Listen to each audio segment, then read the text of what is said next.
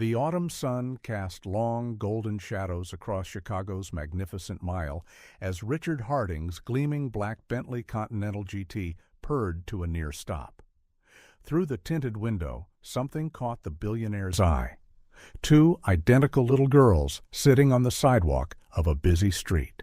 At 35, the CEO of Sterling Financial Group was used to making decisions that moved billions on the market, but the sight of those children alone made him completely forget about the important investor's call waiting for him.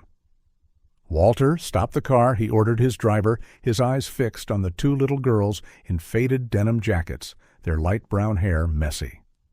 Forbes had just updated his fortune to an impressive $8.2 billion, but at that moment, Richard felt all his money would be useless if he couldn't make a real difference in someone's life.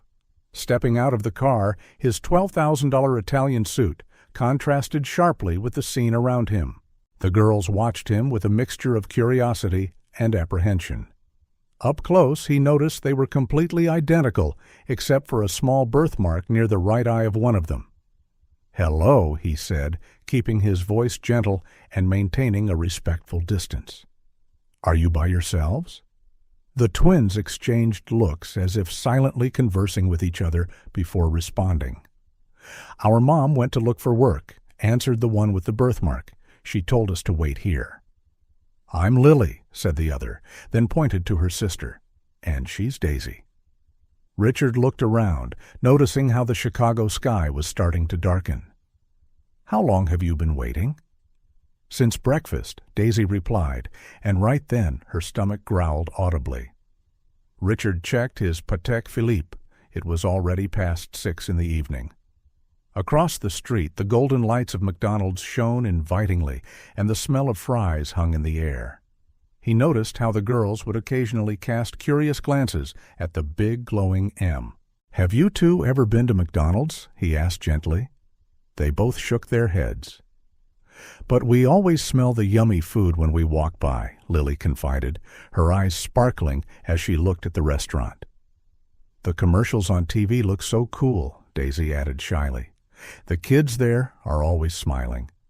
Richard felt his heart tighten. Something as simple as a meal at McDonald's, routine for many, seemed like a distant dream for these two. "What do you think about going there?" he invited, pointing to the restaurant. "We can order hamburgers, fries."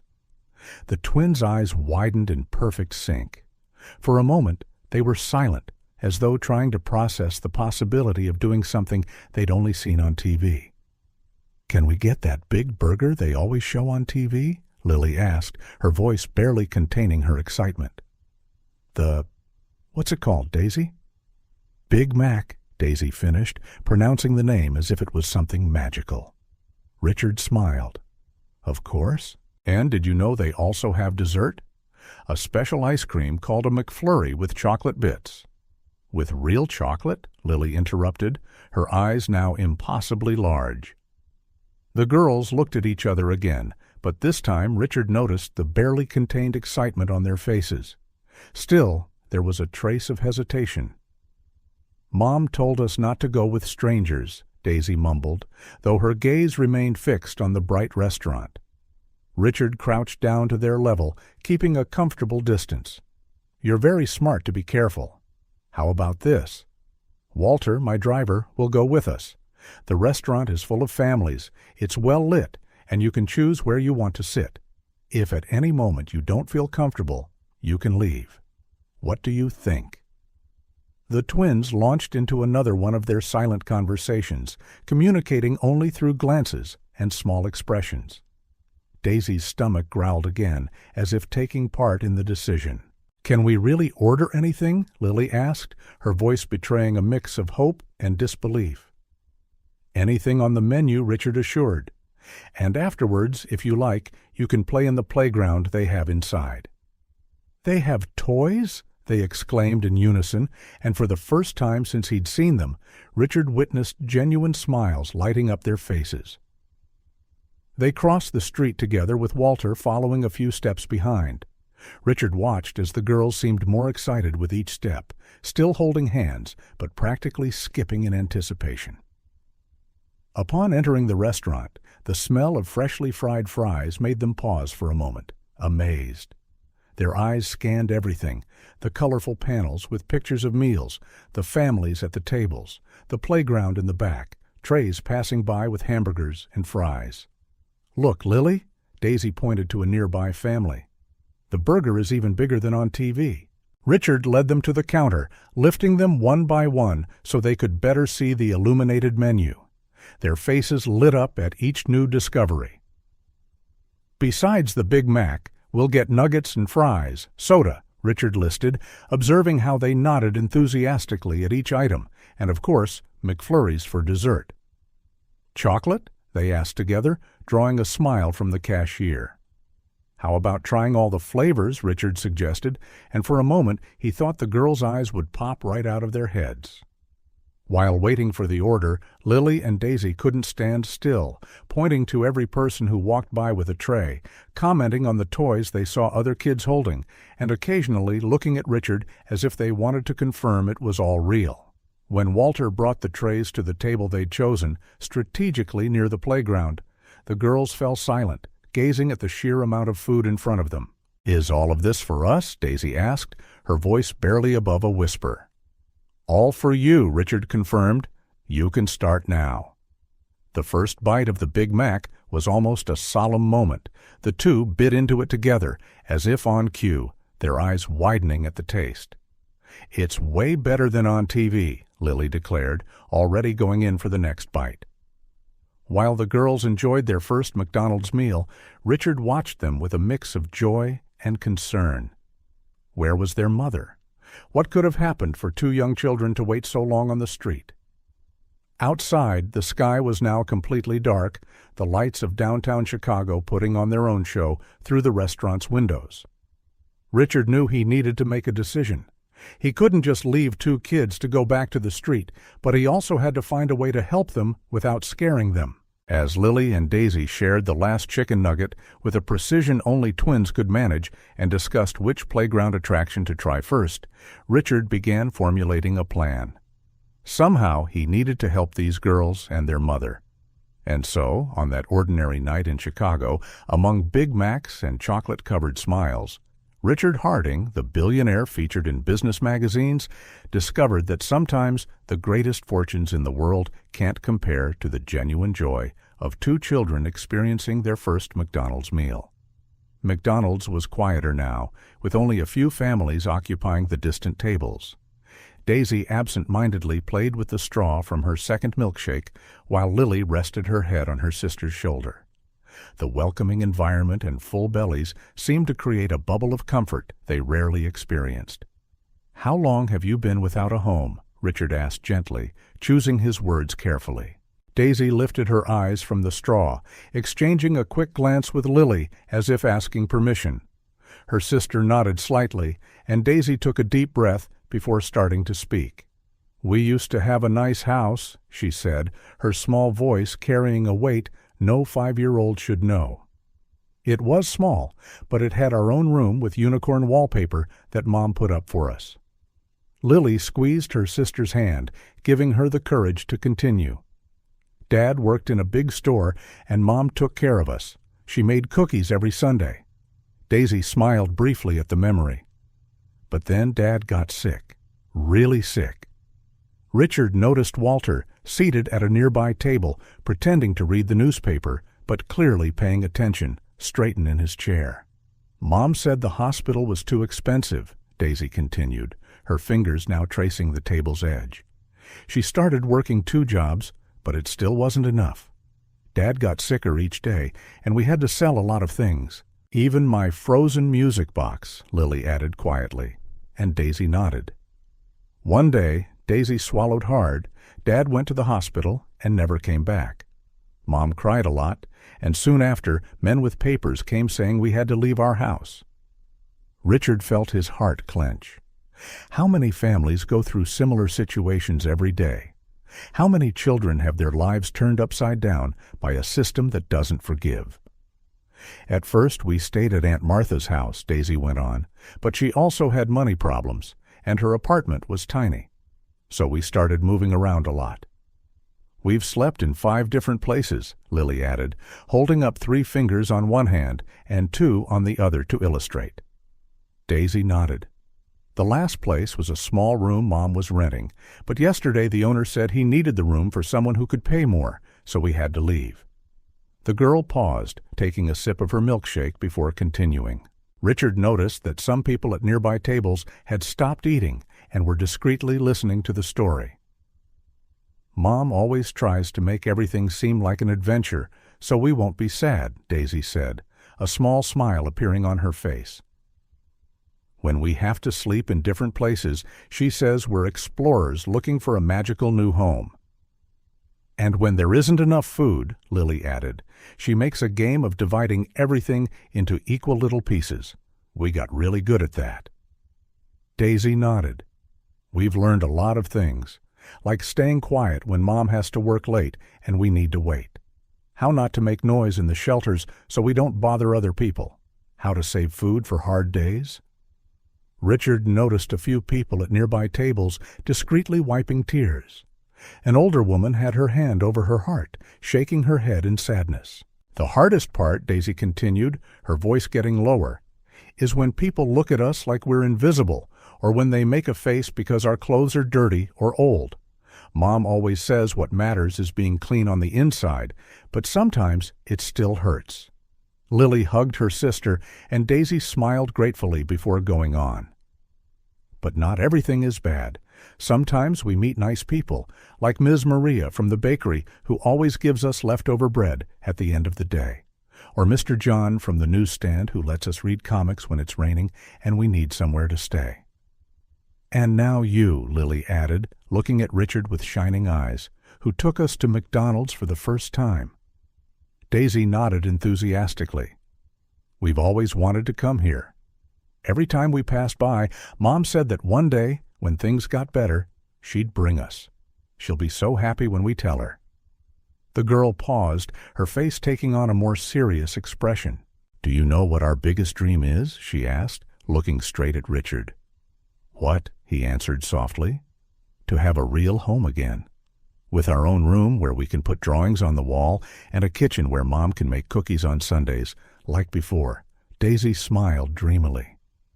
And maybe even have a puppy, Lily quickly added. It can be a small one. We don't mind if it's small, as long as it's ours. Do you know what Mom's dream is? Daisy went on. She thinks we don't hear her, but sometimes when she thinks we're sleeping, she talks to herself. She dreams of being able to give us 3 meals a day, send us to school, and never again leave us waiting while she looks for work. Richard tried to hide the emotion in his voice. Your mom sounds like a very special person. She's the best mom in the world, the twins declared in unison, prompting emotional smiles from the few customers still in the restaurant. Even when there's nothing to eat, she always finds a way to make us smile, Daisy explained. She tells stories, sings songs, and teaches us things. Did you know she's teaching us to read? Every time she finds pieces of old newspapers or magazines, she uses them to teach us letters. And math, too, Lily added excitedly. We learn to count everything, people on the street, cars passing by, coins when someone is kind and gives something to Mom. Daisy nodded. Mom says education is the only thing no one can take away from us. That's why she insists on teaching us, even when she's really tired. Richard watched the girls with a mix of admiration and sadness. Despite all the hardships, they had a light in their eyes, an unshakable hope, and their mother, even in the midst of so much adversity, found the strength to turn every difficult moment into an opportunity for learning and growth. A McDonald's employee who was cleaning nearby tables couldn't hide her tears as she listened to the story. Discreetly, she approached the girls' table and placed 2 Happy Meal toys beside them with a gentle smile. Daisy and Lily looked at the toys with wide eyes, full of surprise and joy. Can we keep them? They asked Richard. Of course you can, he replied, thanking the employee with a nod. The girls hugged the toys as though they were precious treasures. We'll show them to Mom, Daisy exclaimed excitedly. She'll be so happy to see that we made such a nice friend. Richard felt his heart tighten again. In his world of corporate meetings and billion-dollar deals, it was easy to forget there were people, entire families, struggling daily just to survive. The story of Daisy and Lily, told with the unique sincerity of children, was a powerful reminder of how cruel fate could be, but also of how the human spirit could remain resilient even in the hardest circumstances. Looking at the twins, who were now happily playing with their new toys, Richard made a decision. He couldn't change their past, but maybe he could help build them a better future. He just needed to find a way to help without scaring or offending the dignity of that family who, despite so many difficulties, stayed united by love and hope. The silence that followed Daisy's account was broken by Lily's soft voice, who until then had been quiet, taking in her sister's words. "Do you know what I miss the most?" she began, her large eyes fixed on the Happy Meal toy she was holding. The smell of coffee in the morning. Richard, still moved by Daisy's story, turned his attention to Lily. The girl seemed lost in her memories, a small, nostalgic smile on her young face. "Every morning," she continued, "Mom made coffee, and the smell would reach our room. It was like a nice alarm clock. Daisy always woke up first, but she waited for me so we could go to the kitchen together." Daisy squeezed her sister's hand, encouraging her to continue. Around them, the few remaining customers in McDonald's had completely stopped what they were doing to listen. "Our house wasn't big," Lily explained, using her little hands to show the size, but there was a place for everything. There was a window in the living room that let in the morning sun, and Mom put up yellow curtains she made herself. When the sun shone through them, it was like the whole room turned golden. A woman at a nearby table discreetly wiped away a tear while her husband held her hand tightly. The best place was our room. Lily smiled more widely now. Mom drew unicorns on the walls because we couldn't buy real wallpaper. She spent 3 days drawing just to surprise us. It wasn't perfect like what you see in stores, but to us it was the most beautiful in the world because she made it herself. "And there were stars on the ceiling," Daisy added excitedly. "Yes," Lily agreed enthusiastically. "Dad stuck glow-in-the-dark stars up there. Every night before bedtime, he'd tell a different story about each constellation he created for us." Richard noticed more people had gathered to listen, including some employees who had paused their tasks. Walter, his driver, no longer tried to hide that he was listening closely. "A real home," Lily continued, her voice taking on a dreamy tone, "is where you don't have to be afraid when it rains hard. In our old house, when there was a storm, we made blanket forts in the living room, and Mom told us stories until we fell asleep. Now," she hesitated, "now we just pray to find a dry place to spend the night." A heavy silence fell over the restaurant. The manager, who had approached to ask employees to get back to work, remained silent, equally captivated by the little girl's account. "But do you know what's most important in a home?" Lily asked, looking directly at Richard. "It's being able to keep memories. On the street, we can't carry much, can't we? When we have to leave somewhere in a hurry, there's only time to grab what's most important. But in a house," she smiled shyly, "in a house, you can keep drawings on the fridge, make marks on the wall to see how much you've grown, have a special place for every toy." Daisy nodded vigorously. "And have a desk to do homework. Mom always says that when we have our home again, she'll sign us up for school. She keeps all our papers in a special folder, waiting for that day." "And have a couch," Lily went on, getting excited. "A couch where we can all sit together and watch TV.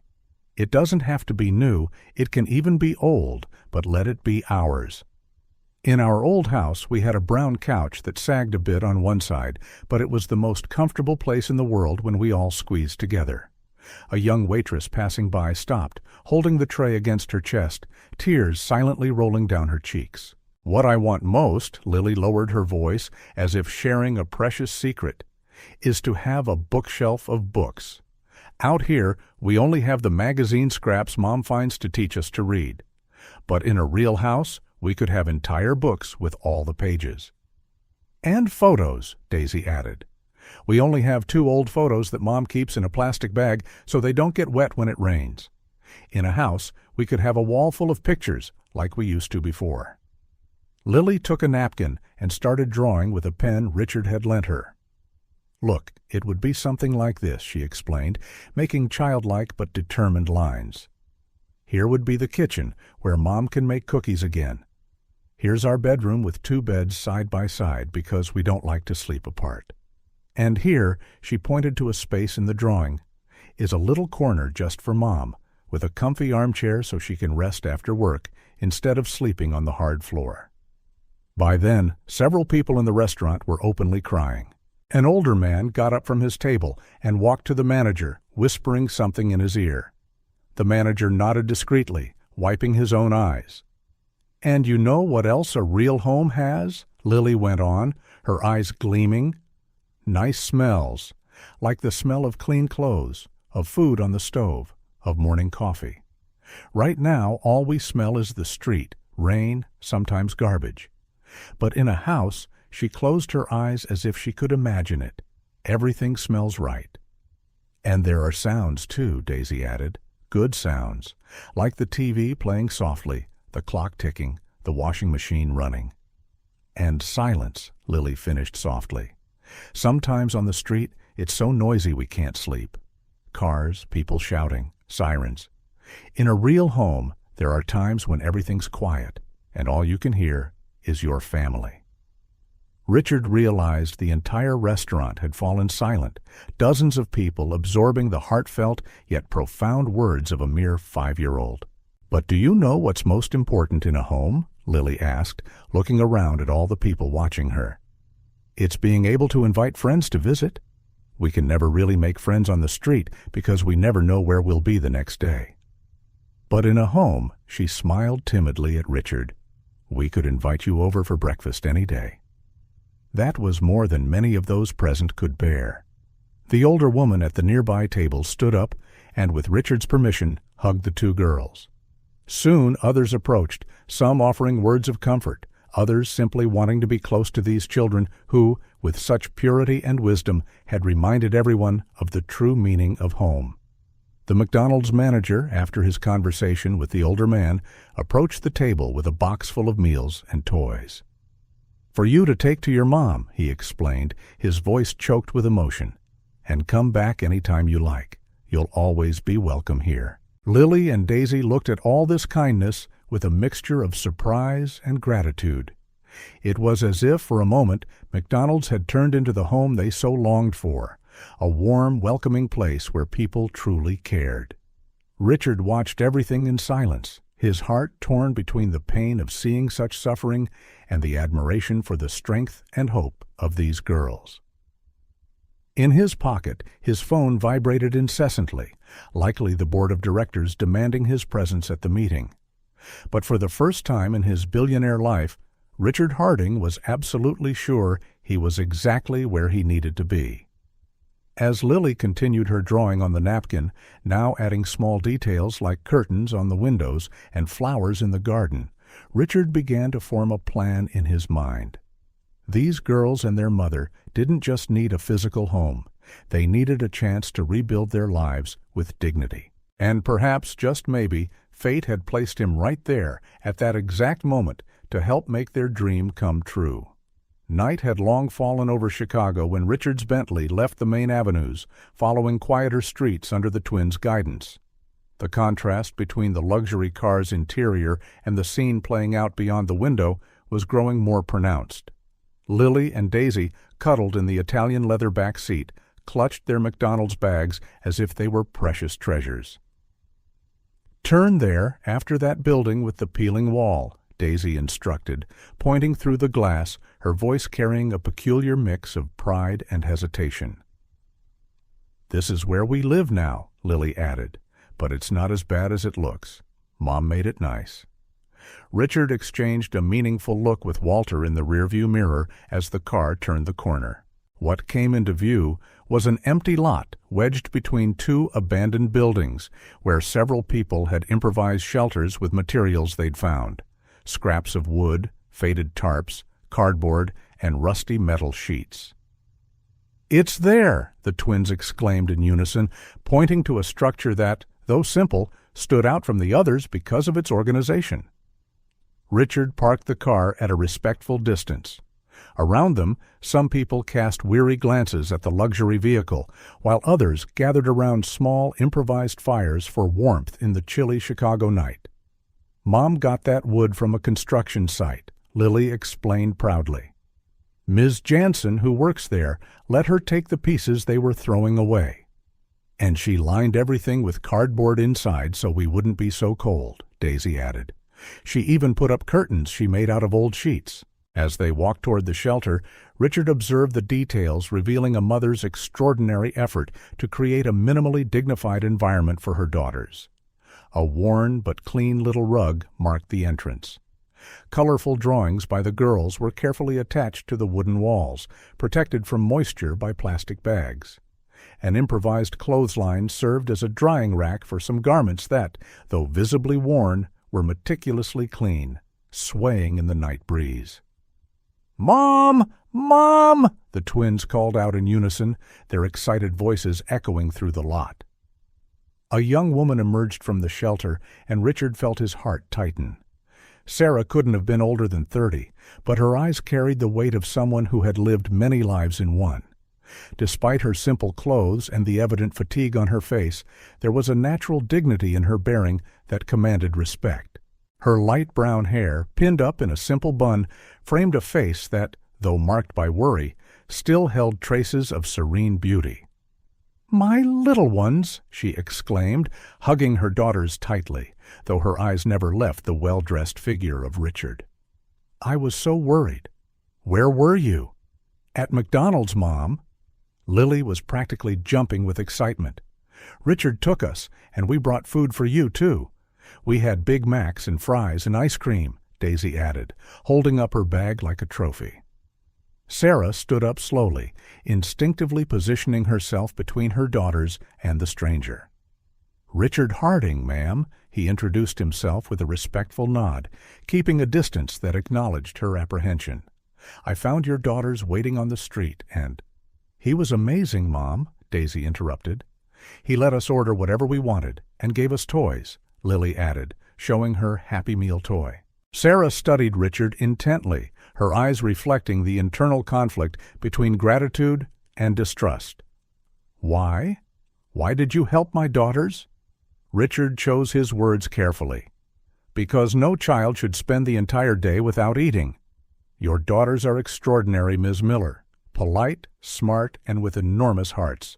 You must be a remarkable mother." Something in the sincerity of his words seemed to reach Sarah. Her shoulders relaxed slightly, though caution lingered in her eyes. "Mom," Lily tugged gently at her sleeve. "Can we show our new toys to Ms. Maria, please?" "Please?" Sarah looked lovingly at her daughters, then back at Richard, as if gauging the situation.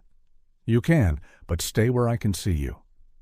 The girls ran off excitedly toward an older lady sitting near one of the fires, leaving Sarah and Richard in a momentary silence. "Please excuse the simplicity of our home," Sarah finally said, gesturing to 2 wooden crates serving as seats. "It's not much, but we try to keep everything as organized as possible." "It's very clear how much care and love you put into this place," Richard replied sincerely, sitting on one of the crates. Sarah sat on the other, her hands restless in her lap, betraying her nervousness. For a moment, only the distant sound of the girls' laughter and the crackling fires filled the air. "I never imagined our life would turn out this way," she began, her voice barely above a whisper. "We had a normal life, you know. We weren't rich, but we were happy. Robert, my husband, was a manager at a department store on Michigan Avenue. I stayed home with the girls, gave private math lessons to make some extra money. We had plans, dreams."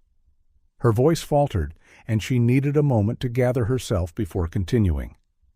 Then came the diagnosis. Cancer. At first, we thought it would be something treatable. Our insurance covered the initial procedures, but then, she swallowed hard, the complications started.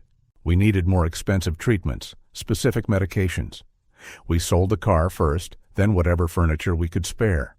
I worked 2 jobs, cleaning by day, cashier at a pharmacy by night. The girls stayed with my sister, but she had her own financial problems. Richard listened intently, his heart heavy with each new detail. Sarah went on, her voice now choked with emotion. Robert got worse every day, but he refused to give up. "My girls need me," he used to say. Even in the worst moments, when the pain was unbearable, he still found strength to tell Lily and Daisy stories before bed. But the bills never stopped. The bank started pressing us for our mortgage payments. I had to quit one job to care for Robert full-time. That's when everything began to crumble.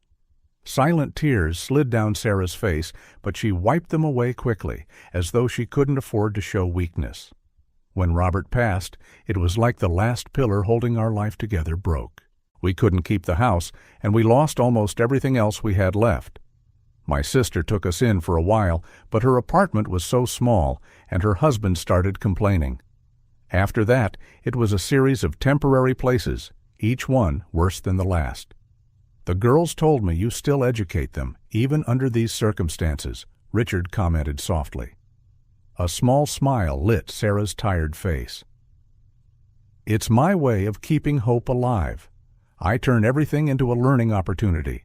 Counting passing cars for math, reading street signs for letters, making up stories about the constellations we can see between buildings. I try to make sure they never lose curiosity or their love for learning." "And how has the job search been?" The smile vanished from Sarah's face. "Almost impossible. Without a permanent address, many places won't even take my application. Others worry about my situation with the twins. I do some temp work, mostly cleaning, but it's never enough to rent a decent place. Sometimes I manage to save a bit, but then some emergency pops up. Medicine when the girls get sick, or we have to move suddenly from somewhere. What about social services? Shelters?" "We've tried," she answered with a weary sigh, "but most are always full. And some," she hesitated, lowering her voice, "some aren't safe for children. Here, at least, we've formed a small community. Ms. Maria looks after the girls when I need to go out. Mr. Jose at the grocery store sometimes gives us fruit that's about to expire. Ms. Carmen lets us use her bathroom to wash ourselves." In the background, the twins' laughter echoed as they played with their new toys, seemingly unaware of the seriousness of the adults' conversation. "The hardest part," Sarah continued, her voice cracking slightly, "is watching my daughters grow up like this. They're so young, but they already know things no child should. How to stay quiet when there's danger, how to stretch food, how to keep warm. Sometimes at night, when they're asleep, I cry, wondering if I'm failing them, if I should have done something differently." "Ms. Miller," Richard interrupted kindly, "from what I've seen today, you're not failing at all. Your daughters are extraordinary, smart, compassionate, and most importantly, they're happy despite everything. That's a testament to your love and dedication as a mother." Sarah wiped her tears with the back of her hand. "Thank you, not just for your kind words, but for looking after them today. I was so worried when I took longer than expected. There was a huge line at the job agency, then the bus broke down." "Ms. Miller," Richard began carefully, "I know we don't know each other well, but I'd like to help your family. Not out of pity, but because your daughters showed me the true meaning of strength and hope today. You've built something precious here, even under the worst circumstances." "Why?" Sarah asked directly, her eyes studying Richard intently. "Why do you care about our situation?" "Because sometimes fate puts people in our path for a reason," Richard answered simply, "and because every family deserves a chance to start over." In the background, Lily and Daisy had begun a little dance performance for Ms. Maria, their innocent laughter piercing the cold Chicago night. Sarah watched her daughters for a long moment, then turned back to Richard. In her eyes, for the first time that night, shone something she'd almost forgotten: hope. "Maybe, sir," she said softly. "Maybe we can talk more about it." Richard nodded, sensing this moment marked the beginning of a significant change in that family's life. Fate had placed two small twins in his path that afternoon, and now he had the chance to make the real difference he had always craved with his fortune. The city lights glittered in the distance, and in that little sliver of land between abandoned buildings, a new story was about to unfold, a story of hope, new beginnings, and the extraordinary strength of a mother's love for her children. The following morning dawned with a different energy in the small makeshift shelter. Richard had arrived early, accompanied by Walter and a social worker named Jennifer Brown, whom he knew through his philanthropic work. The luxurious Bentley was parked at the same respectful distance as the previous night, now joined by an unmarked van. Sarah had been awake since the first ray of sunlight, a habit she'd developed from years of seeking temporary jobs. The twins were still asleep, bundled under their blankets, their peaceful faces oblivious to the changes about to take place in their lives. "Good morning, Ms. Miller," Richard greeted softly, mindful of the other inhabitants of the site who were still sleeping. "I hope it's not too early." "It's not too—" "Not at all," Sarah replied nervously, trying to neaten her hair. Jennifer stepped forward, her professional smile genuinely warm. "Ms. Miller, I'm Jennifer Brown, a social worker. Mr. Harding explained your situation to me, and I'm here to help in any way I can." Sarah looked hesitantly from one to the other, clearly uncomfortable with the sudden attention. Richard noticed her apprehension and hurried to explain. "Ms. Miller, I know this might seem overwhelming, but I'd like to start by helping you with some immediate, basic needs. Jennifer is here to ensure everything is done correctly and professionally." At that moment, Lily and Daisy began to stir, their sleepy eyes widening when they recognized Richard. "Richard!" they exclaimed in unison, running to hug him without the slightest reservation. "Girls," Sarah gently scolded, but Richard chuckled. "It's all right," he assured. "Actually, I brought a surprise for you two." Walter began unloading some bags from the van, and the twins' eyes sparkled with curiosity. First, Richard began, addressing Sarah. "We brought some basic supplies, food, hygiene products, clothing." "That's very kind," Sarah interjected, visibly uncomfortable, "but I can't accept so much." "Please," Jennifer intervened softly, "it's not charity, it's support. We all need help sometimes." Richard nodded. "Also, I have some proposals I'd like to discuss with you about housing, the girls' education, and job opportunities." The twins, who were exploring the bags with Walter, squealed with delight upon finding new clothes. "Mom, look!" Lily held up a sky-blue dress. "It's so pretty." "And there are shoes, too," Daisy added, holding a pair of pink sneakers. Sarah watched the scene with tears in her eyes, torn between pride and the necessity of accepting help. Jennifer approached her discreetly. "Ms. Miller, I know it's difficult to accept help from strangers, but look at your daughters. Don't they deserve this chance?" Richard waited patiently while Sarah processed everything. The twins kept discovering treasures in the bags, each new find accompanied by exclamations of joy. "There are toothbrushes with strawberry toothpaste," Lily announced. "And apple-scented shampoo," Daisy added, peeking into the bag. "We also brought some new blankets," Walter noted, unloading more items from the van, "and some educational toys," Jennifer suggested. Sarah finally found her voice. It's so generous, but I need to understand better. What's going on? Why all this?" Richard motioned for everyone to sit. Walter provided a few folding chairs he'd brought, creating a small circle to talk. "Ms. Miller," Richard began, "last night, after hearing your story and seeing how you keep your family together despite the toughest circumstances, I realized I have a unique opportunity to make a difference. Not just with temporary donations, but with real, long-lasting change." Jennifer opened a folder she was carrying. "Mr. Harding has a social assistance program through his company. We help families get back on their feet by providing housing, education, and work opportunities." "But why us?" Sarah asked, still hesitant. Richard smiled gently. "Because your daughters showed me the true meaning of hope and resilience yesterday. and because you proved to be an extraordinary mother, preserving your children's dignity and education under the harshest conditions." The twins, who had come closer to hear the conversation, sat on their mother's lap. "Mom," Lily whispered, loud enough for everyone to hear, "do you think we can have a real bedroom again?" Sarah's heart seemed to melt at her daughter's innocent question. "I don't know, sweetheart. It's complicated." "Actually," Richard interjected gently, "I have some apartment options to show you. They belong to my company, fully furnished, in safe neighborhoods near good schools." The twins' eyes widened. "School?" they asked in unison. "Yes," Jennifer smiled. "Would you like to go to school?" "Mom always said we'd go when we had a house," Daisy exclaimed excitedly. Sarah seemed overwhelmed. "But how? I can't pay rent yet." "The program offers 6 months of subsidized housing," Jennifer explained. "During that time, we help you find employment, offer vocational training if needed, and provide all the support you need to settle in." "We also have openings in the administrative area of my company," Richard added. "Jennifer told me you have experience teaching math privately." Sarah nodded, surprised he remembered that detail from her story. "Perfect.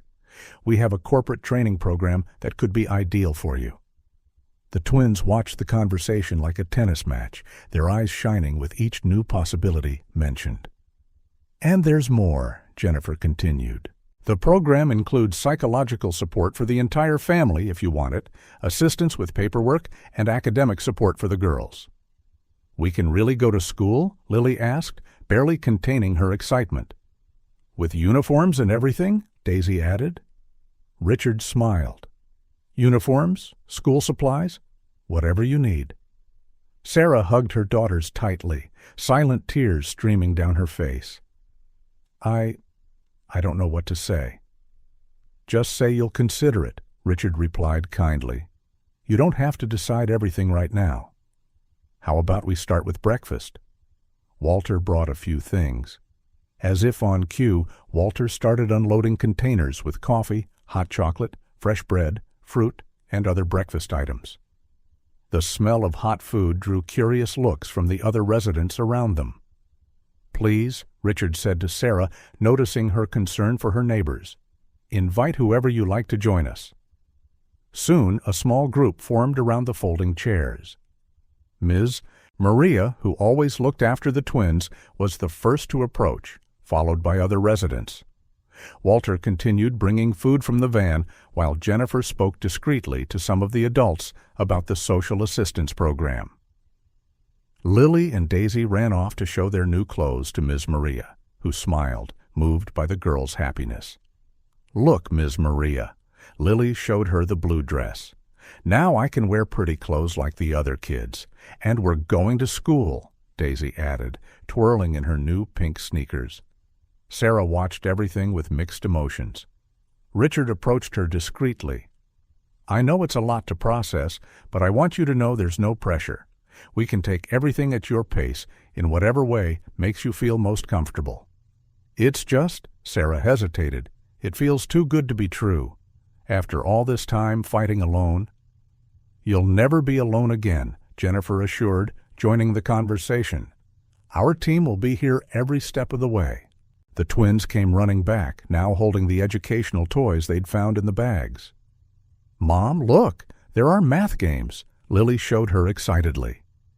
"And books with stories," Daisy added, hugging an illustrated book. "Can we read them now?" Sarah smiled through her tears. "Of course you can, my loves."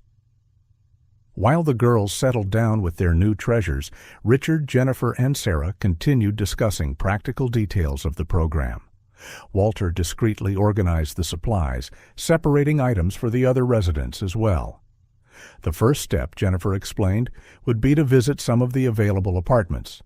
"We can go today if you'd like." "What about the school?" Sarah asked, beginning to allow herself to consider the possibilities. "We have partnerships with several great institutions," Richard replied, "all with adaptation programs for children who've been out of school." Morning wore on, and with it, the weight of years of struggle seemed to begin to lift from Sarah's shoulders. The twins, between bites of fresh bread and sips of hot chocolate, were already enthusiastically planning how to decorate their future room. "Can we have a bookshelf for our books?" Lily asked hopefully. "And a little table for drawing?" Daisy chimed in. Richard smiled. "You can have all that and more." Ms. Maria came over to Sarah, holding her hands between her own. "Accept this blessing, dear. You and your girls deserve it." Sarah looked around, at her daughters radiant in their new clothes, at her neighbors sharing a proper breakfast, at Richard and his team who had brought hope where there was only uncertainty. And finally, she allowed herself to believe that real change was possible. "I think," she said softly, "I think we'd like to see those apartments." The twins shrieked with joy, running to hug their mom. Richard and Jennifer exchanged satisfied smiles while Walter began discreetly organizing logistics for the visits. "But first," Sarah added, gazing lovingly at her daughters, "let's try on these new clothes and get ourselves ready." Lily and Daisy ran toward the bags, taking out their new belongings with reverence. Ms. Maria offered to help them get dressed, leading them to her own shelter where they could have more privacy. While the girls got ready, Sarah allowed herself a moment of vulnerability. "Mr. Harding? Richard, I don't know how to thank you." "You don't have to," he responded gently. "Just promise me you'll give yourself and your daughters the chance to rebuild your lives." Sarah nodded, wiping away a stubborn tear. "You know," she said quietly, "last night after you left, the girls spent hours talking about how magical it was to go to McDonald's for the first time. Lily said it felt like a dream. And now she gestured at the bags, the papers Jennifer was organizing, the entire shift unfolding before her. Now it feels like the dream is continuing. "It's not a dream, Ms. Miller," Richard assured her. "It's just the beginning of a new story for your family." The twins came running back, transformed in their new outfits, hair combed, faces glowing with joy. They looked like completely different children, not because of the clothes themselves, but because of the restored dignity that radiated from them. "We're ready," they announced in unison. And they truly were ready, not just to visit apartments, but to take their first steps toward a new life, one where dreams weren't just dreams, but real possibilities beginning to unfold on that hopeful morning. The social services office was crowded that Monday morning. Sarah clutched a folder containing the few documents she'd managed to preserve during the months of hardship, while Lily and Daisy quietly colored in a corner of the waiting room. Jennifer, the social worker assigned to them by Richard, leafed through a stack of forms with a focused expression.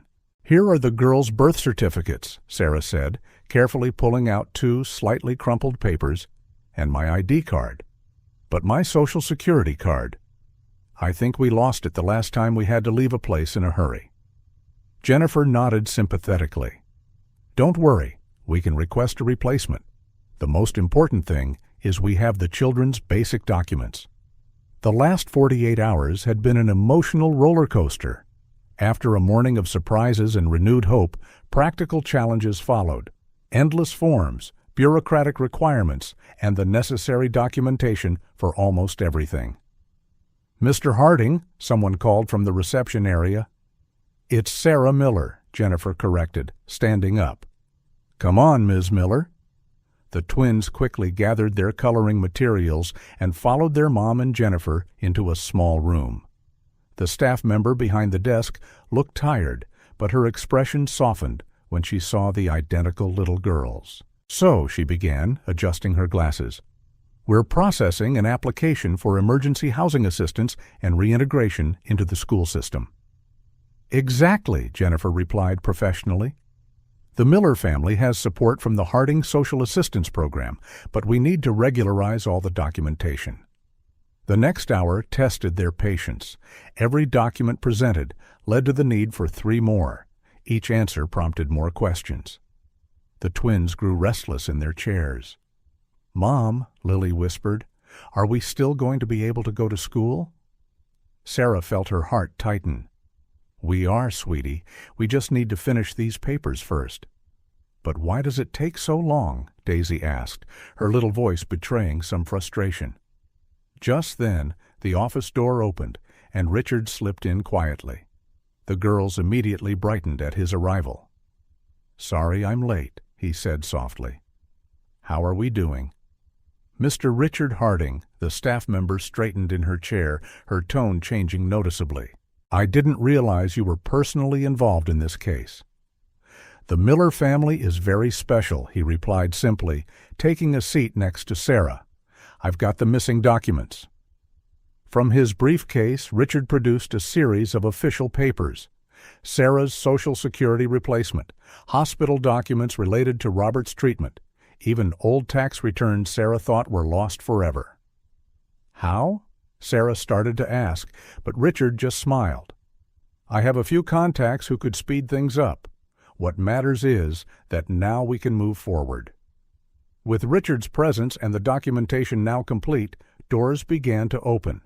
The staff member quickly processed the necessary forms, stamping and signing documents with newfound efficiency. "The temporary shelter on 35th Street is available immediately," she informed, checking her computer. "It's a new facility with private rooms for families." "And what about school?" Jennifer asked, taking notes. "Lincoln Primary School has a special reintegration program," the staff member replied. "It's only 2 blocks from the shelter." The twins, who had resumed drawing in a corner of the room, raised their heads at the word school. "Can we go see it?" Lily asked hopefully. "Of course," Richard replied, before any other adult could answer. "In fact, I already arranged a visit for this afternoon, if your mom agrees." Sarah looked at her daughters, their faces glowing with anticipation, and nodded. That would be wonderful. The morning continued with more forms, signatures, and procedures, but now there was a different feeling in the air. Each piece of paper signed was a step toward a new life. "Now we need to discuss employment," Jennifer commented, opening a new folder. "Ms. Miller, I see you have a background in math." "Yes, I used to give private lessons," Sarah confirmed, "and I worked as an administrative assistant before." "Perfect," Richard gently interrupted, "because we have a position in the financial department at Harding Industries that could be perfect for you. The schedule aligns with the girls' school hours." Sarah blinked, surprised. "But it's been so long since I worked in my field." "The program includes full training," Jennifer explained, "and there's a daycare in the building for the girls after school, if necessary." Tears started to form in Sarah's eyes. It was everything she had dreamed of: a decent job, schooling for her daughters, a real chance to start over. "And are there computers at the daycare?" Daisy asked excitedly, clearly having overheard part of the conversation. "There's a study room," Richard answered, smiling, "with computers, books, and teachers to help with homework." "Hear that, Lily?" Daisy nudged her sister. "We'll get to use computers." The staff member, who initially seemed so bureaucratic, now smiled as she watched their interaction. "I just need a few more signatures here," she said, pushing the last of the forms to Sarah. While Sarah signed, Richard approached the twins, who had returned to their drawings. "What are you drawing?" he asked, looking at the colored papers. "It's our new life," Lily explained, holding up her drawing. "Look, here's the school, here's where Mom will work, and here we are using the computer. And here's you," Daisy pointed to a tall figure in the drawing, "because you're our guardian angel now." Richard felt a lump in his throat at the innocence and trust of the girls. Jennifer, who had come closer, placed a supportive hand on his shoulder. "All set," the staff member finally announced. "Everything's processed. You can move into the shelter today, and the girls can start school next Monday after their assessment." Sarah hugged her daughters, who jumped for joy. "Did you hear that? We'll have our own room tonight." "With real beds?" Lily asked. "With real beds," Jennifer confirmed. "And tomorrow we'll shop for your school uniforms." As Jennifer finished the final details with the staff member, Richard observed the Miller family. Sarah looked lighter, as though a huge weight had been lifted. The twins practically glowed with happiness, excitedly planning how they would decorate their new space. "Mr. Harding," Sarah approached him, her voice tight with emotion. "How can I ever thank you?" "Thank me by being happy," he replied simply. "And please, call me Richard." "It still feels like a dream," she confessed. "I'm afraid I'll wake up." "It's not a dream," he assured. "It's a new beginning, and I'll be here to help every step of the way." When they finally left the office, the afternoon sun bathed the city in a golden light. Walter was waiting with the car to take them to the shelter and then to the school for the visit. "Ready for your new adventure?" Richard asked the twins, who nodded enthusiastically. Sarah watched her daughters climb into the car, holding their drawings and dreams. The morning of bureaucracy had been exhausting, but every stamp, every signature, every completed form was a brick in the construction of their future. A future that, for the first time in a long while, seemed bright and full of possibilities. "Yes," she said softly, more to herself than anyone else. "We're ready." The temporary shelter on 35th Street was nothing like what Sarah had imagined. The 3-story building, recently renovated, had a clean, well-maintained facade. A small, landscaped area with benches adorned the entrance, and colorful flowers bloomed in carefully arranged planters. "Is this it?" Lily asked, her eyes wide as Walter parked the car. "It looks like a hotel," Daisy exclaimed, pressing her nose against the car window. Jennifer, who had arrived earlier to get everything ready, waited for them at the entrance. "Welcome to your new temporary home," she beamed, holding a folder of documents and a set of keys. The Miller family carried few possessions, some bags of the new clothes Richard had provided, a box of their few remaining personal items, and Sarah's folder of documents. But there was something different in their faces. Hope? "You'll be on the 2nd floor," Jennifer explained, leading them inside. The place was surprisingly welcoming, with walls painted in soft tones and colorful pictures adorning the corridors. "We have a common area on the ground floor with a TV room, library, and computers. In the basement, there's a free laundry facility for residents." The twins took in every detail with fascination, clinging to each other's hands as they climbed the stairs. Sarah walked in silence, still processing the dramatic change in their circumstances. "Here we are," Jennifer announced, stopping at door number 205. "This will be your space for the next few months, until we find a suitable, permanent home." When the door opened, Sarah couldn't hold back her tears. The apartment was small but spotless, with a combined living kitchen area, 1 bedroom, and a bathroom. The furnishings were simple but new. A twin bed for Sarah in the living area, which could be used as a sofa by day, and a bunk bed for the girls in the bedroom. "Look, Lily!" Daisy ran to the bunk bed. "We can sleep one up top and one down here." "And there's a desk!" Lily pointed to a small piece of furniture under the bedroom window. "We can do our homework here." Richard, who had discreetly accompanied the family, smiled upon seeing the girls' excitement. "There are a few more surprises," he commented, opening the closet in the bedroom. Inside, there were brand-new school uniforms hanging, colorful backpacks, and a box of school supplies for each girl. On the closet floor, 2 pairs of new sneakers sat beside the ones they were already wearing. "It's all ours?" Sarah asked, her voice trembling. "All yours," Jennifer confirmed. "And in the kitchen, you'll find basic supplies to get started. The shelter's cafeteria serves 3 meals a day, but you can also cook here if you prefer." Sarah walked into the little kitchen, opening the cabinets with reverence. Plates, cups, utensils, all new, clean, and organized. The fridge held fresh milk, fruits, vegetables, and other basics. "They even have cookies," Lily announced, opening a cabinet. "And grape juice," Daisy added, peeking into the fridge. "The bathroom has clean towels and toiletries," Jennifer went on, "and tomorrow a staff member will come by to help you get familiar with the building." The twins began their own exploration, discovering small details that felt like incredible luxuries to them. A bedside lamp, delicate curtains, a soft rug on the bedroom floor. "There's a place for us to hang our drawings," Lily noticed, pointing to a corkboard on the bedroom wall.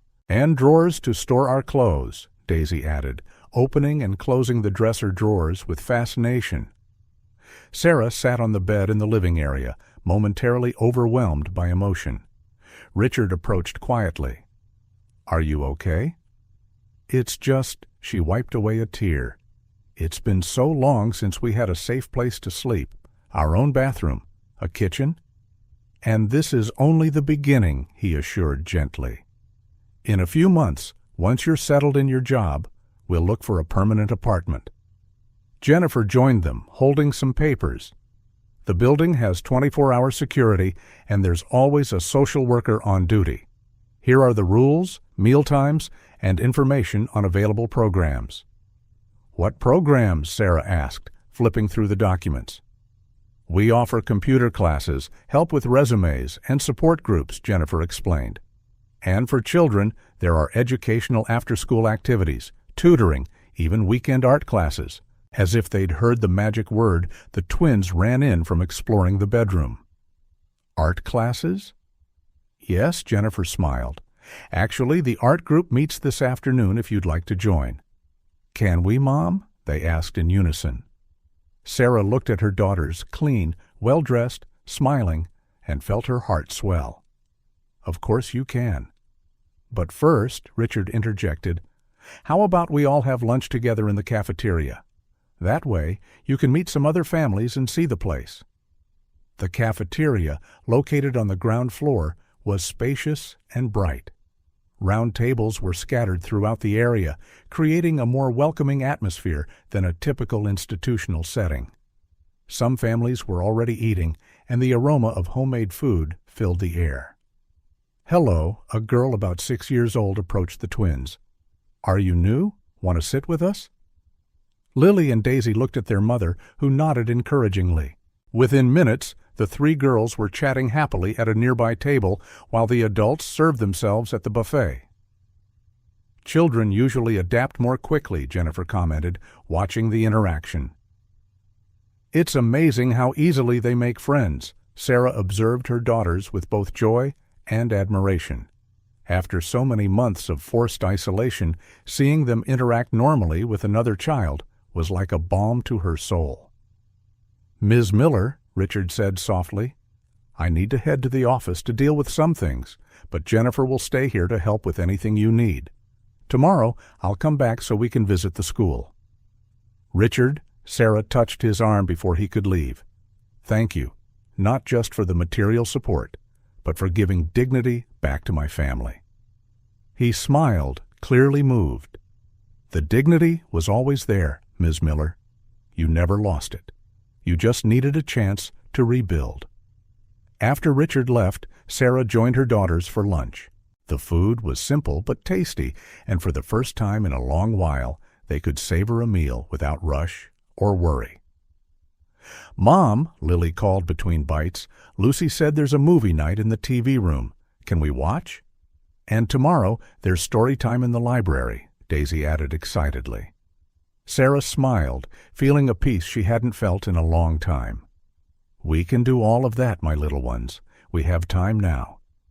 Later that afternoon, after the art class where the twins created their first paintings to decorate their new room, the Miller family prepared for their first night in the shelter. The evening bath, once a daily logistical challenge, was now a moment of pleasure with hot water and soft towels. "Can I sleep on the top bunk tonight?" Lily asked, already in new pajamas. "No, it's my turn," Daisy protested. "How about switching every week?" Sarah suggested, brushing the girls' hair. The solution seemed to please both, and soon they were in their respective beds, hugging the stuffed animals they had received earlier. "Mom," Daisy called sleepily, "this is better than a dream, right?" "Yes, it is, my love," Sarah replied, kissing each daughter's forehead. "This is our new reality." When the girls finally fell asleep, Sarah allowed herself a few moments of reflection in her own bed. The silence there was different, not the scary silence of the streets, but a comforting, protected hush. Through the window she could see Chicago's lights shining, the same lights that once felt cold and distant now conveyed a message of hope. Somewhere out there, Richard Harding had looked beyond her desperate circumstances and seen the potential in her family. With that comforting thought, Sarah fell asleep for the first time in months without fear of tomorrow.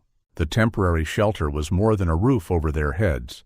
It was the first step toward rebuilding their lives, a place where dignity wasn't just a word, but a tangible reality, materializing in every small detail of their new day-to-day life.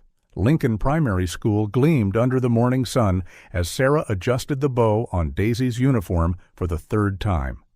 Lily was already perfect, clutching her new backpack in both hands as though afraid this treasure might vanish at any moment. "Nervous?" Richard asked kindly, watching the twins waiting outside the school office. "A little," Daisy admitted, squeezing her sister's hand. "What if we don't know the same things the other kids do?" Lily whispered, voicing the fear they both shared. Sarah knelt in front of her daughters, tucking a stray strand of Lily's hair behind her ear. "Remember what I always say? You two are very smart, and Ms. Jenkins said she'll help you catch up." Principal Williams, a kind-looking older woman with a firm voice, opened her office door. "Miller family, please come in." The enrollment process went surprisingly smoothly, thanks to the prior work of Richard and his team. The principal explained the school's special program for children reintegrating into the educational system, emphasizing the extra support the twins would get. "We have after-school tutoring," she explained, showing them a schedule, and our school psychologist, Dr. Maria, will be available for weekly sessions. "What about school supplies?" Sarah asked, worried. Richard spoke gently. "Everything's taken care of, Ms. Miller. The girls have all they need in their backpacks." The twins opened their backpacks reverently, finding brand-new notebooks, fully stocked pencil cases, textbooks, and even educational tablets. "Is this ours?" Lily asked, touching the tablet with extreme care. "Completely yours," Richard confirmed. "They're tools to help you learn. Ms. Jenkins, a young, enthusiastic teacher with freckles and a warm smile, arrived to take the girls to their new classroom. "Hi, Lily and Daisy. We're so excited to have you," she beamed. "Did you know we have a special art project this week? I heard you two love to draw." The twins looked at each other, surprised someone already knew of their interest in art. Richard discreetly winked at them. The moment of parting was emotional.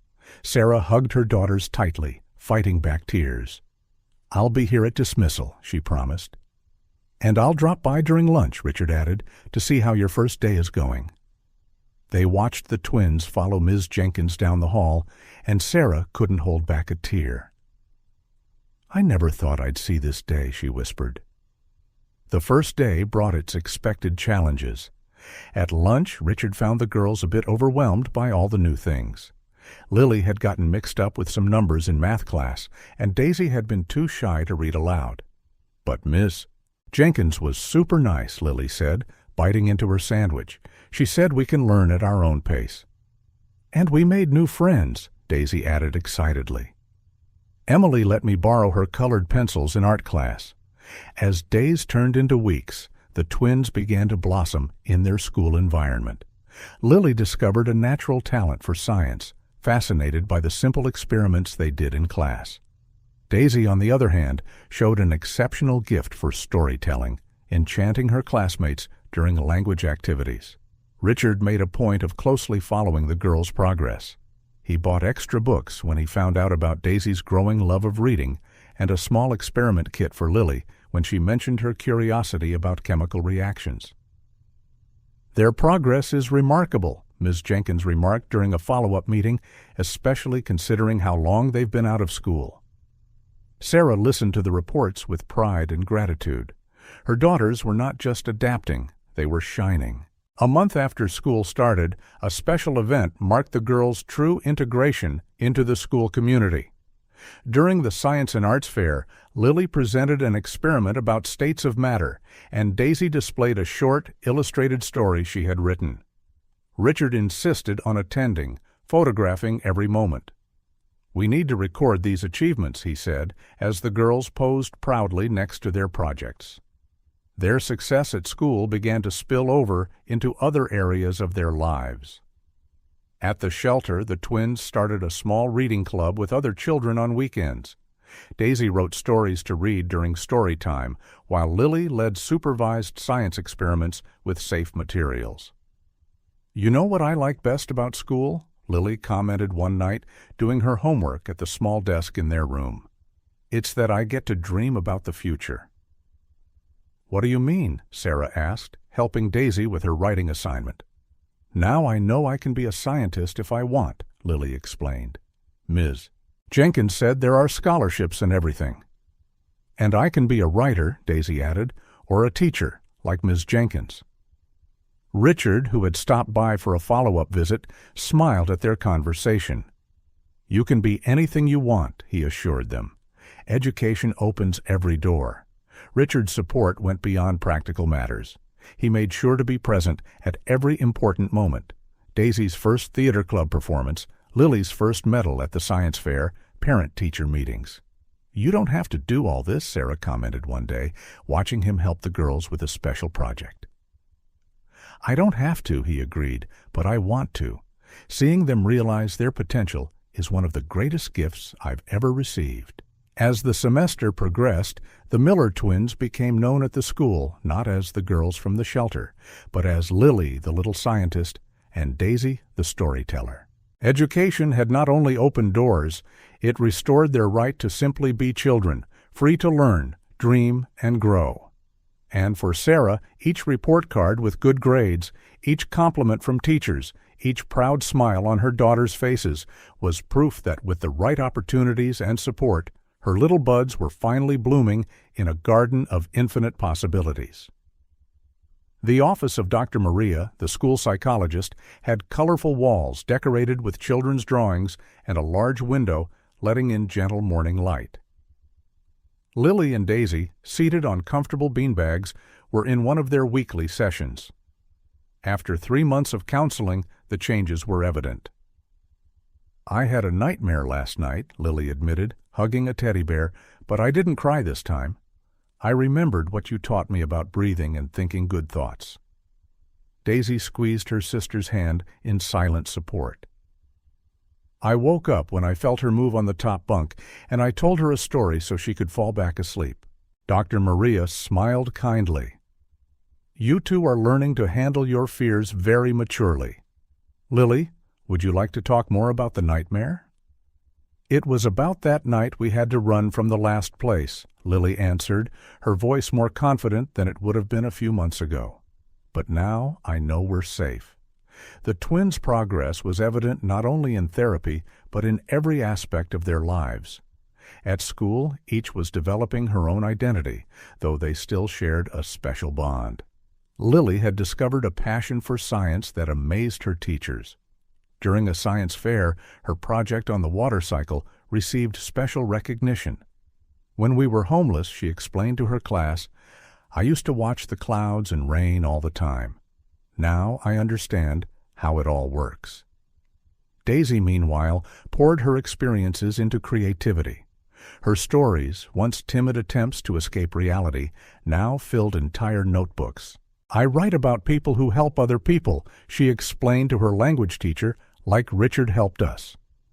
At the shelter, the changes were also visible. The girls no longer jumped at sudden noises or hid food under their pillows. They'd learned to trust that there would always be a next meal, a safe place to sleep. "Yesterday," Sarah said, moved at a meeting with the support team, "I found them teaching other kids at the shelter to read." Daisy was telling a story she'd written, and Lily was explaining the harder words. Richard, who made sure to follow the girls' development, noticed subtle but significant transformations. "They smile more easily now," he commented, "and not just that polite smile they used to have, but real smiles that reach their eyes." Art therapy sessions proved especially transformative.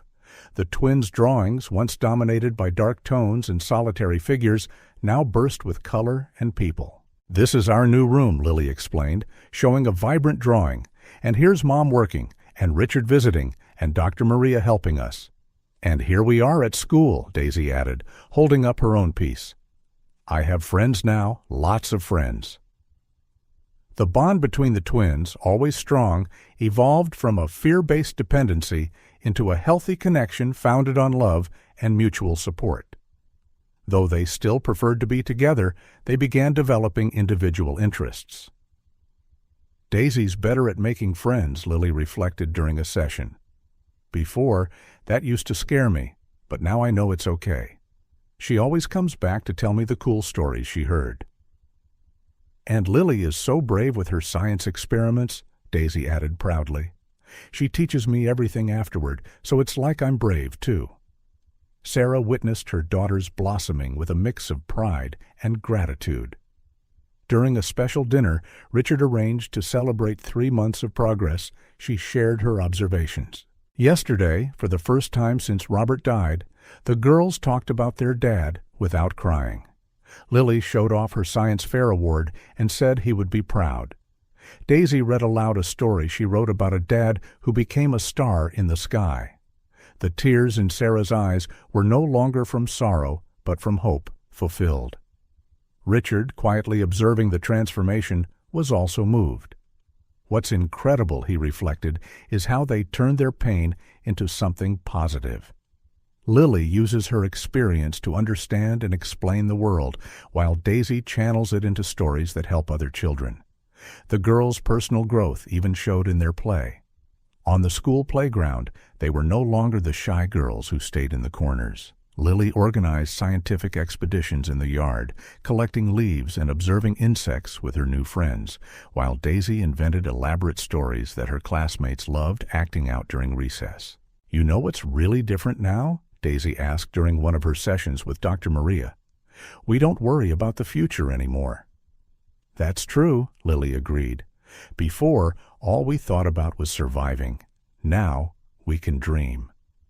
And the dreams of Lily and Daisy Miller grew bigger by the day. Lily spoke of becoming a scientist and discovering cures for diseases like the one that took her father. Daisy dreamed of writing books that would help other kids overcome tough times. The personal growth of the twins was not just individual, it was a testament to the power of human resilience, a mother's unconditional love, and the difference proper support can make in a child's life. With every smile, every achievement, every step forward, Lily and Daisy proved that with help and time, even the deepest traumas can turn into strength and wisdom. The reflection in the elevator doors at Harding Industries showed a different Sarah. Dressed in an elegant business suit, hair neatly styled, posture straight, she still felt a flicker of the past as she rode up for her first day at work. Memories haunted her like persistent shadows. "You can do this," she whispered to herself, gripping the folder Richard had given her. Inside, besides the necessary documents, was a recent photo of the twins in their school uniforms, her new good luck charm. Thomas Anderson, supervisor of the finance department, was waiting for her on the 15th floor. His usually stern face softened at the sight of Sarah's nerves. "Welcome to the team, Ms. Miller. Richard told me a lot about your knack for numbers." The first day was a whirlwind of emotions. Every spreadsheet and meeting brought flashbacks of her old life when she had a promising career before Robert's illness. But now things were different. She had a support network. "Did you see how she sorted out that discrepancy in the accounts?" Thomas remarked at the end of the day. "She's got a special eye for detail." As the days passed, Sarah rediscovered her passion for numbers. Ironically, her experiences managing scarce resources on the streets had sharpened her ability to spot inefficiencies and optimize resources. Thomas, known for his seriousness and distant professionalism, found himself increasingly invested in the Millers' case. He started by offering Sarah professional tips, then moved on to financial education advice, and before he knew it, he was helping the twins with their math homework. "You know," he confessed to Richard during a meeting, "I never imagined helping a family could be so rewarding. I always viewed numbers as just numbers, but Sarah and her girls, they give a whole new meaning to my job." Richard watched with satisfaction as his decision to hire Sarah triggered a transformation, not just for the Millers, but also in the corporate environment. Thomas, in particular, seemed to have found a new sense of purpose in his work. The biggest change, though, was apparent in Sarah herself. The constant fear in her eyes was gradually replaced by determination. Her contributions in meetings became more confident, her analyses more assertive. "Mom smiles more now," Daisy observed during a visit to the company's daycare, where the twins sometimes spent afternoons. "And it's not that sad smile she used to have," Lily added, wise beyond her years. Thomas, watching the family interact during a shared lunch, felt something shift inside him. He began implementing departmental changes, setting up mentoring programs, and opportunities for people in vulnerable situations. "You've transformed more than one family, Thomas," Richard told him. "You've transformed an entire corporate culture." Life for the Millers took on a new normal. Sarah not only excelled at her job, but started teaching financial literacy classes at the shelter on a volunteer basis. The twins thrived at school, and nightmares of the past gave way to dreams for the future. "Yesterday, Lily told me she wants to be a financial engineer," Sarah said during a meeting with Richard and Thomas. "A few months ago, we couldn't even think about the next day." Thomas, who once saw numbers merely as profit tools, now recognized the human impact behind every financial decision. "Harding Industries has a great scholarship program," he noted, "and I have a feeling we'll have 2 very special applicants in the future." The office, once just a workplace, had become a space of hope and renewal. Sarah, who once feared she'd never have a normal life again, now led major projects and made plans for the future.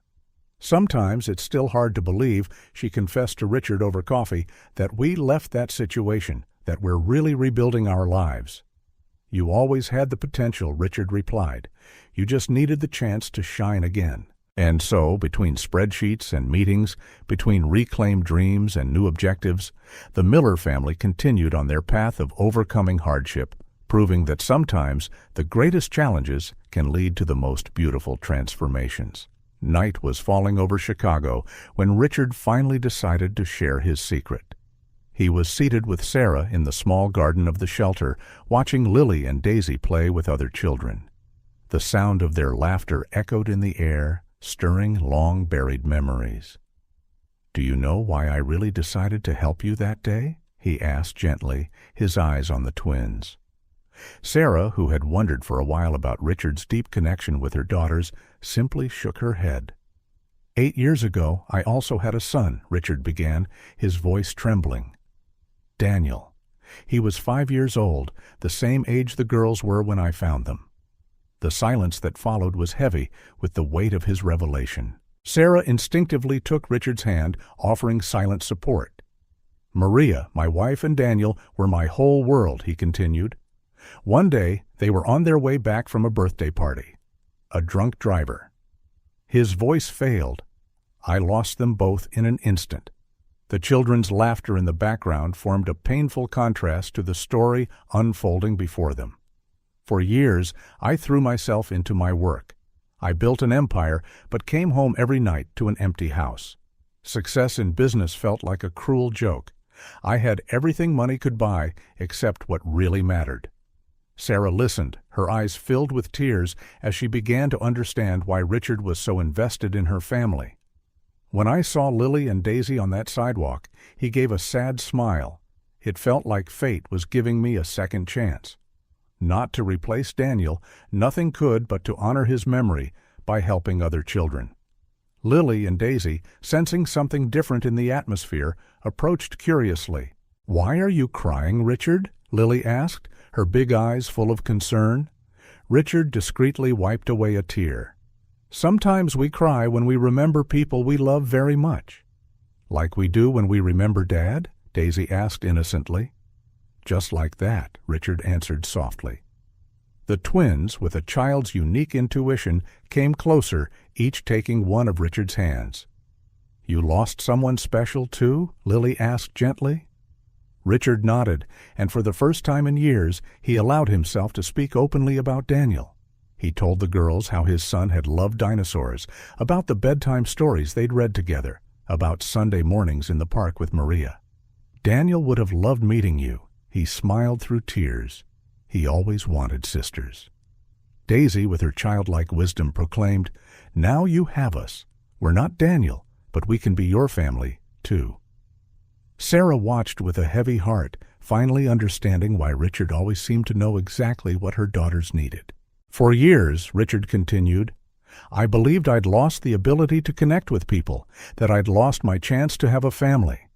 But you," he looked at the three Millers, "you showed me that a heart can heal, that there's room for new love without diminishing the love we have for those we lost." Lily and Daisy spontaneously hugged Richard. "We love you too," they said in unison. In that moment, under Chicago's starry sky, four hearts scarred by fate found solace in one another. Richard, who had hidden behind his wealth and success for so long, finally allowed his own wounds to begin healing. "Maria always said there are no coincidences," he reflected, looking at the stars. "Maybe she and Daniel guided me to you." Sarah gently squeezed his hand. "And maybe Robert guided my girls to you." The twins, tired but happy, nestled between the two adults, forming a picture that, though unconventional, was filled with love and hope. "Family," Richard murmured, "isn't always the one we're born into, but the one our hearts choose." And so, under the night sky, four lonely souls confirmed what they had known for some time, that sometimes the greatest losses can lead to the most meaningful encounters, and that love in all its forms has the power to heal even the deepest wounds. Richard gazed at the sunset through the massive windows of his Lincoln Park mansion. The luxurious three-story space, once a monument to his loneliness, now felt even emptier after the past few weeks spent with the Millers. His eyes fell on a recent photo on his desk, Lily and Daisy smiling next to a science experiment they'd done together. The genuine happiness on their faces contrasted with the corporate photos that once dominated the room. "Walter," he called to his driver and longtime confidant, "I think I finally understand what's been missing here." The driver, who knew his employer's story well, smiled knowingly. "The girls' laughter, sir?" "Life," Richard answered simply. "This place needs life." The decision, though significant, felt natural, just the acknowledgement of something that had already taken shape. The next morning, Richard found Sarah at work before business hours. "Ms. Miller," he began, more nervous than he'd been in years, "I'd like to make a proposal for you and the girls." Sarah studied him curiously, noticing his unusual agitation. "My house is far too large for just one person," he went on. "And after everything we've been through together, after sharing my story about Daniel and Maria, I realized I don't want to live just with memories anymore." Sarah's eyes widened as she started to see where this was going.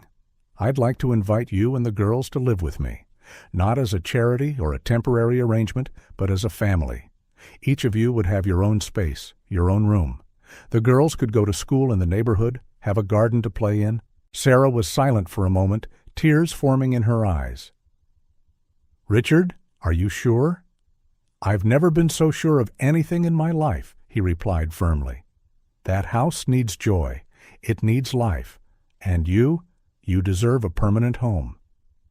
The news was shared with the twins that same afternoon in the shelter's garden that had been their temporary home. Their reactions were immediate and moving. "We're going to live in a real house?" Lily asked, her eyes shining. "And with our own room?" Daisy chimed in, barely containing her excitement. "With a bedroom, a garden, a library, and all the space you need to grow and dream," Richard confirmed, his voice thick with emotion. The move was planned for the weekend. Richard insisted the girls help make decisions about decorating their rooms, turning the process into a thrilling adventure. "Can I have a shelf full of books?" Daisy asked timidly. "And can I have a little corner for experiments?" Lily added hopefully. "You can have all that and more," Richard smiled. "This will be your home, too." Moving day dawned bright and sunny, as though the sky itself were celebrating. When the Miller family arrived at the mansion, they were greeted by a surprise. Richard had decorated the entrance with balloons and a banner saying, "Welcome to our home." "This is magical," Lily whispered, gazing at the spacious foyer. The house, once cold and impersonal, had been transformed. The girls' rooms were lovingly prepared. Lily's included a small children's lab area and posters of famous scientists, while Daisy's featured a mini library and a special spot for writing her stories. Sarah had tears in her eyes at the sight of her own room, a stylish yet cozy space complete with a desk to work at and a comfortable armchair for reading. "Now we can really be a family," Daisy declared spontaneously, hugging Richard. "We already are a family," he responded, his voice trembling. "Now we just have a place to call our own." That first night, they all shared dinner in the large dining room. The twins' laughter echoed through the corridors, filling every corner of the house with the life it had lacked. Richard watched with a heart overflowing. Finally, after so many years, his house felt like home again. "To our family," he proposed, a toast with grape juice prompting giggles from the girls. "To our new beginning," Sarah added, her eyes shining with gratitude and hope. And so, under the roof of a mansion that had once held only memories of loss, a new family began its story, proving that sometimes destiny has surprising ways of healing broken hearts and bringing lonely souls together. 6 months had passed since moving into the mansion. The garden, once immaculately maintained but rarely enjoyed, now showed the cheerful signs of daily family life. Colorful toys, a small vegetable garden where Lily conducted her botanical experiments, and an outdoor reading nook where Daisy often penned her stories. Richard sat on a garden bench one Sunday afternoon, watching Sarah help the girls with a science project. He smiled, realizing how radically his life had changed. Gone was the oppressive silence that once filled the house, replaced by laughter, lively conversations, and even the occasional family squabble. "Richard, come look," Lily called out excitedly. "We found out why plants grow better with music." He joined them, his heart warming at how naturally the girls leaned against him as if this had always been his place. "You know," Daisy commented later while they were setting the table for dinner that evening, "I wrote a story about our family." "What's it about?" Sarah asked, placing the Sunday tradition, a tray of lasagna, on the table. "It's about how sometimes we have to lose something precious to find something equally special," she explained with wisdom beyond her age. "Like you and Dad Richard." The term Dad Richard, used spontaneously for the first time, made everyone pause. Richard felt tears in his eyes, while Lily quickly added, "Yeah, our Dad Richard." Sarah watched the scene through misty eyes, reflecting on how fate had turned her greatest tragedy into such a beautiful new start. That night, gathered in the living room, they celebrated not just their achievements, but the completeness of this reassembled love. Photos of Daniel and Maria had a place of honor on the wall alongside new memories with the Millers, a testimony to how love can expand without limits. "To our family," Richard toasted again, just as they had that first night, "and to all the dreams we'll still fulfill together." The twins smiled, snuggled between Richard and Sarah on the couch, finally at home, not just physically, but in their hearts. They were living proof that love has the power to heal, transform, and create new beginnings, even in the most unlikely circumstances. And so ends a story that began on a busy Chicago sidewalk, passed through McDonald's, shelters, and corporate offices, only to arrive at the most important destination. The place where hope, love, and family come together to show that no setback is final and that every new morning brings with it the promise of a brighter future.